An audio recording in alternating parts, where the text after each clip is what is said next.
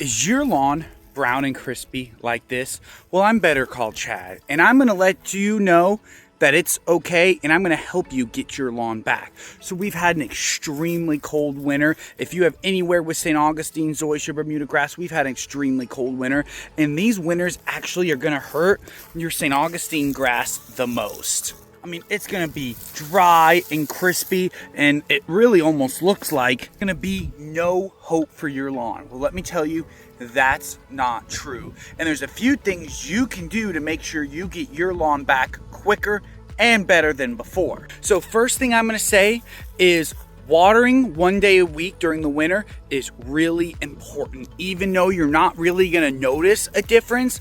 But when it comes to warmer weather, it's gonna help because the grass is still alive. It's in a dormancy state, and a lot of St. Augustine grass is really stressed. And by giving it water still 1 day a week, making sure that soil's wet and it's still picking that up, that's gonna be extremely important to do.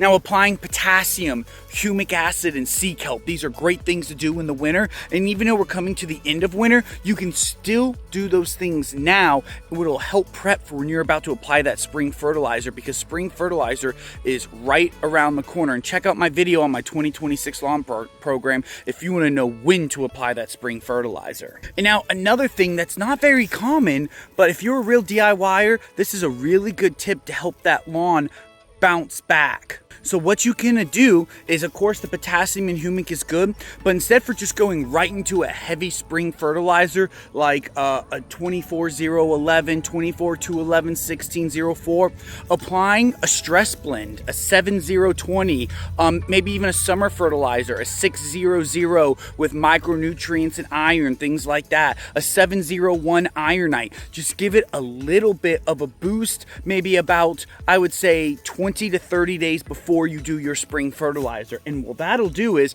that'll give the lawn just a little bit of that nitrogen, those nutrients, and goes, okay, it's time to grow, let's start to wake up. So you start to get a little bit of results, responds, it starts to wake up, and then you go down with that spring fertilizer, and because the lawn's kind of already woken up a little bit, it'll accept those nutrients better and faster. So you'll get a better result using the same amount of spring fertilizer as you usually do. And this isn't something commonly you have to do, but after an extremely cold winter and the lawn is looking brown like this and stressed, it would be a good idea to give that lawn a little bit of a boost to wake it up.